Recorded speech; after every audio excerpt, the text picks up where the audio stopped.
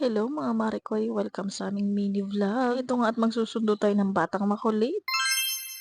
For today's ganap nga ito at magsusundo nga ako ng batang makulit at gala. Dahil grabe napakakulit at gala na nga ng batang to. At eto naabutan ko, galing sila doon sa may tindahan. Bumili na naman nga sila ng kung anong-anong hindi naman nakakabusog. Puro candy na nga lang talaga ang ginangata. Kaya yung mga ngipin niya, grabe naiinis na talaga ako at malapit nang masira. Ang hawak-hawak niya na yan, candy yan at gustong gusto ko na talagang itapon yan. Kung hindi nga lang yan iiyak mga Marikoy, kinuha ko na yan at tinapon. Yan nga pala yung mga kasama niya, mga pinsan niya. Bandang tanghali na nga pala to mga Marikoy. Pagtapos ng maligo ni Ate Storm, eto nga't bumaba siya para nga magpaipit. Dahil meron nga silang paso kaya eto at magpapaipit nga siya sa akin. Naasar ko nga siya dito mga Marikoy kung nag-shampoo ba siya dahil grabe ang tigas ng buhok. Kita nyo naman ang laki-laki na ng suklay ko dyan pero hirap ako magsuklay sa kanya. Pero nasuklay ko pa rin naman niya ng maayos, tsaga-tsaga lang.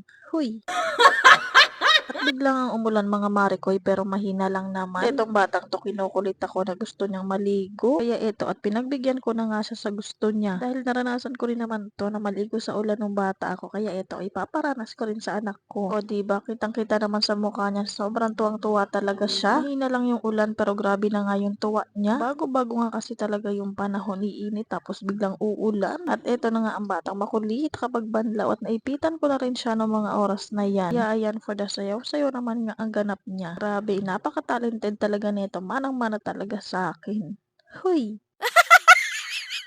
At eto na nga ang pinakahihintay niya mga Marikoy, yung Christmas party nila. Ayan nga yung kanyang outfit mga Marikoy. Simple lang pero sexy siya, o diba? Sana all. Noong mga oras na to mga Marikoy, inaatake na naman siya ng topak niya. Ewan ko ba sa batang to, hindi naman ako aalis pero binabantayan niya ako. Maya't maya nga siyang nakatingin sa akin na para bang iiwan ko siya. Nagsimula na nga yung palaro mga Marikoy pero ayaw niyang sumali kasi nga may topak. Grabe, manang-mana talaga.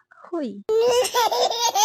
At nung pilahan na nga sa loot bags, eto nga at pumila na siya dahil may candy yun. Talagang pipila yan.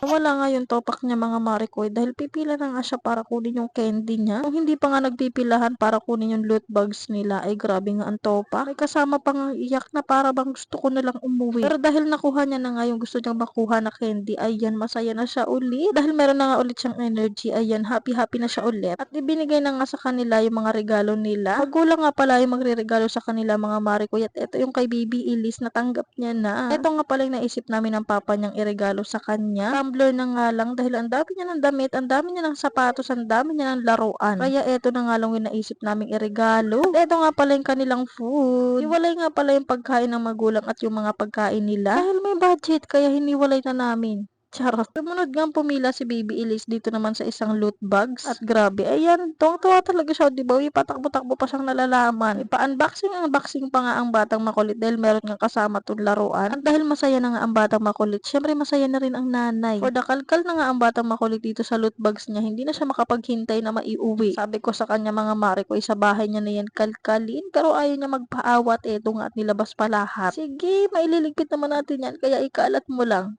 Charot. Saktong-sakto nga to mga Marikoy dahil meron nga silang mga candy. Dapat meron ding mga toothbrush. O diba? Ang gagaling ng mga nanay na nag-asikaso nito. O diba? Tuwang-tuwa ang batang makulit sa mga nakuha niya. Kaya ayan, hindi na maalis ang kanyang saya sa kanyang pagmumuka. O dakalkal talaga siya ng malala dito mga Marikoy sa nakuha niyang loot bags. Nagsimba nga pala kami ng batang makulit mga Marikoy. Pero nagsimula yung simbang gabi, hindi nga namin nasimulan. Simula kasi nung pumasok ang December mga Marikoy, sobrang lungkot ko talaga. October 20, 2025 nga simula nung iniwan kami ni Papa. At simula nun mga Marikoy sa isip ko kapag nagsimbang gabi ay hindi nga ako magsisimba. Dahil nung huling simbang gabi nga namin ay kompleto pa kami at kasama nga namin si Papa. Pero ngayon eto nga at dalawa na lang kami ni Baby Elise at hindi ko nga naisama si Mama. Dahil ang sabi ko nga sa kanya ayoko munang magsimbang gabi. Hindi naman sa dinadamay ko nga ang Diyos pero parang ang lungkot lang talaga sobra. Hindi parang ang lungkot talaga sobra at sobrang bigat sa dibdib. Yung tipong gusto kong umiyak, gustong tumulo ng luha ko pero pinipigilan ko at ayokong umiyak nga sa harap ng anak ko. Ayokong ipakita sa kanya na mahina ako at malungkot. Meron nga palang wishing candle dito mga Marikoy kaya eto tuwing magsisimba kami ng batang makulit ay bumibili nga kami. At dahil wishing candle ngayon mga Marikoy meron nga ako isang hiniling. At dahil hiling yun hindi ko siya isi-share sa inyo, akin lang yun.